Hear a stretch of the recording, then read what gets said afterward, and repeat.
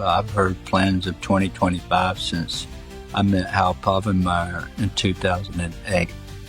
He told me then that they were going to have disclosure in 2025. That was the plan. The government's disclosure plan is going to be out on the table by 2025. And this is what he's saying. He said, and we're going to do it through soft disclosure, meaning there's going to be like a steady drip of information so as to not shock people. It's going to be like... The fuck is that on his head, right? Is it his third eye? Welcome back to a brand new video on the goddamn internet. Guys, today we're going to be talking about Chris Bledsoe and the mysterious NASA scientist, aka Tim Dillon, Tim Taylor, my bad. And yeah, this whole debacle is getting out of control. As you can see, apparently we're going to get a soft disclosure plan, which is pretty fucking gay. We want soft disclosure in 2025, so fuck that. I know Bledsoe's real prediction for when shit hits the fan is 2026 Easter. And it has something to do with the Sphinx and a star being above the Sphinx only in 2026 Easter. I don't even know, but they've been posting a lot of patches, insignias from the military, top secret stuff.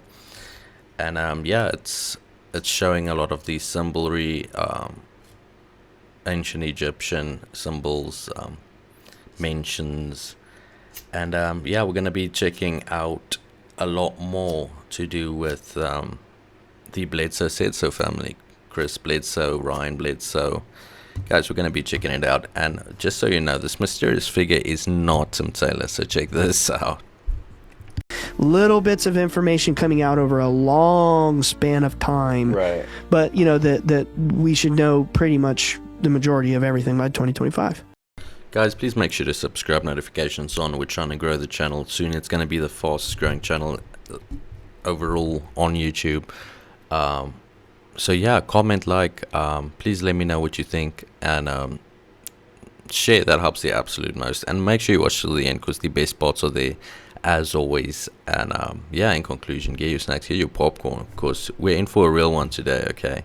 Well, I've heard plans of 2025 since I met Hal Povenmire in 2008.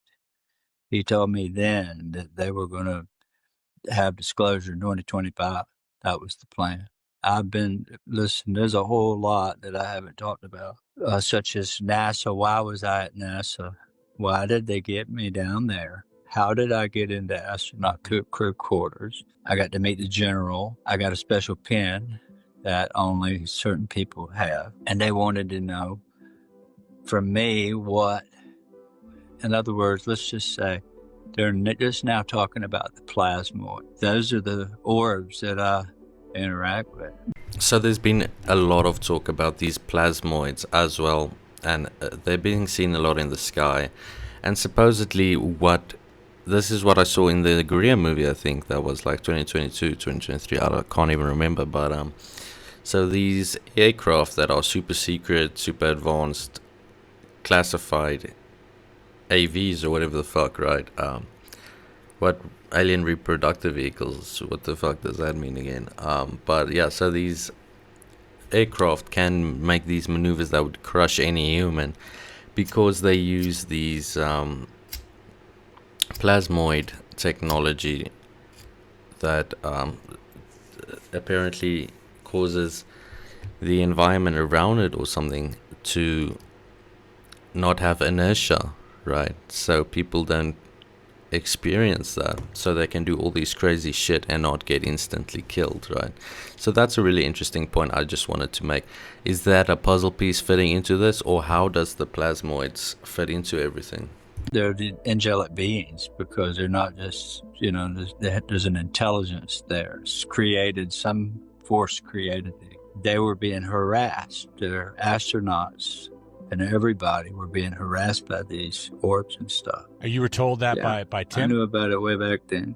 When he briefed you, when he showed up to your house, how did he introduce himself? Like, what agency did he say he was from? Showed us all his credentials. National Reconnaissance Office. He had a necklace with badges. credentials, and they were individual.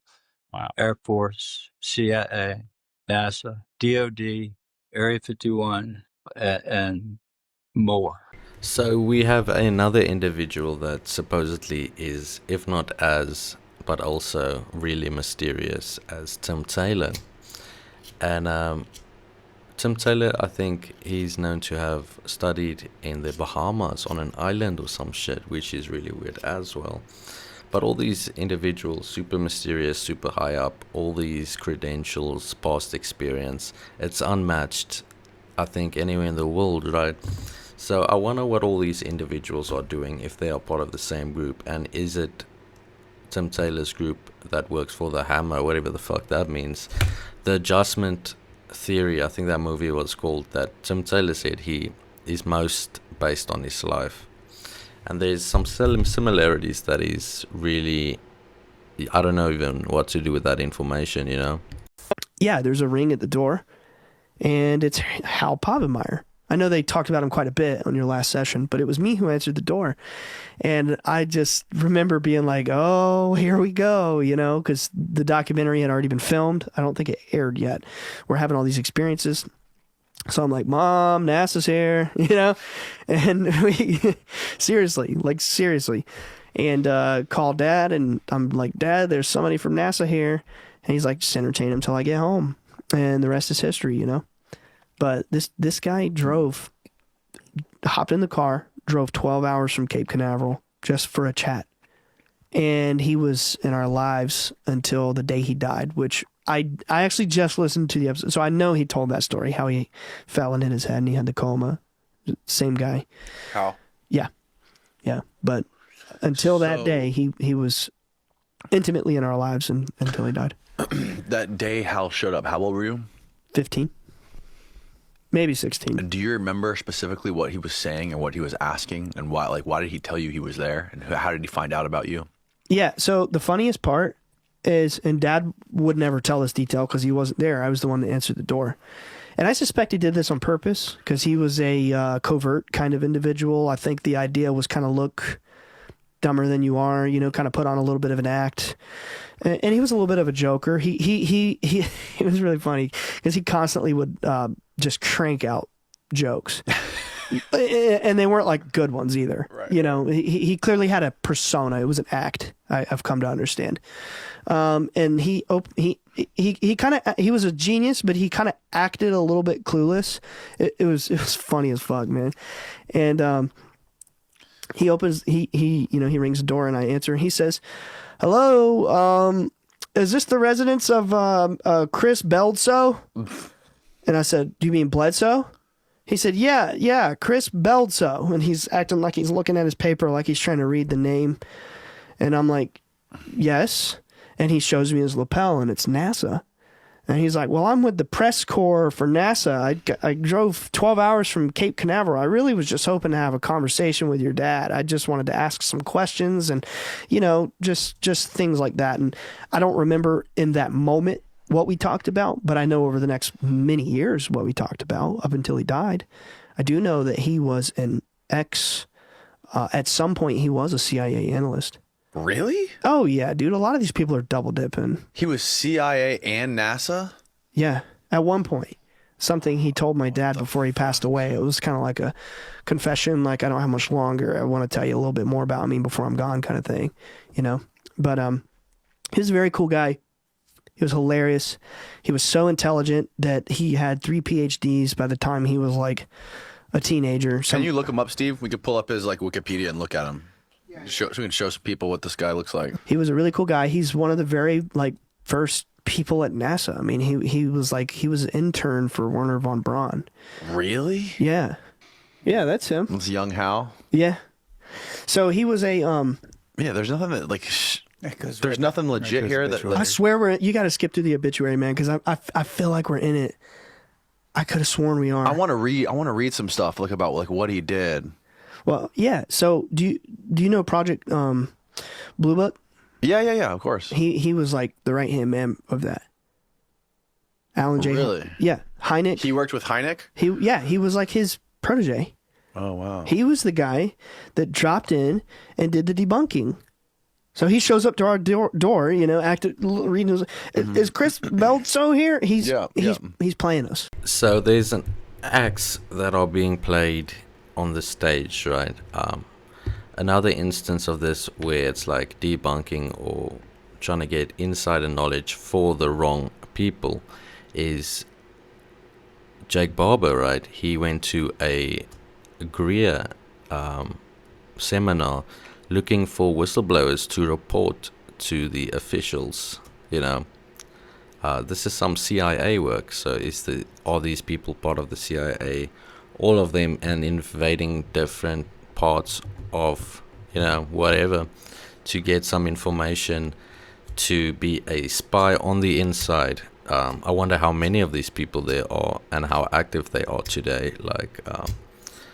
So Ryan claims that these people were coming into their lives claiming things that were not entirely true, and it's really interesting to see. What do you think about all this? Are these disinformation agents or people spies? What is the purpose of sending them to these Bledsoe said so's house, right?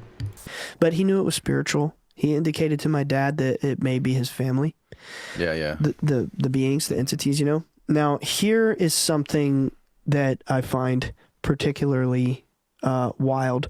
But in about 2008 or 9, I would have been like 15 or 16 years old. Something he said to me and my family that for many years I've been paying attention to in my mind is that by the year 2025, the disclosure rollout would be on the table.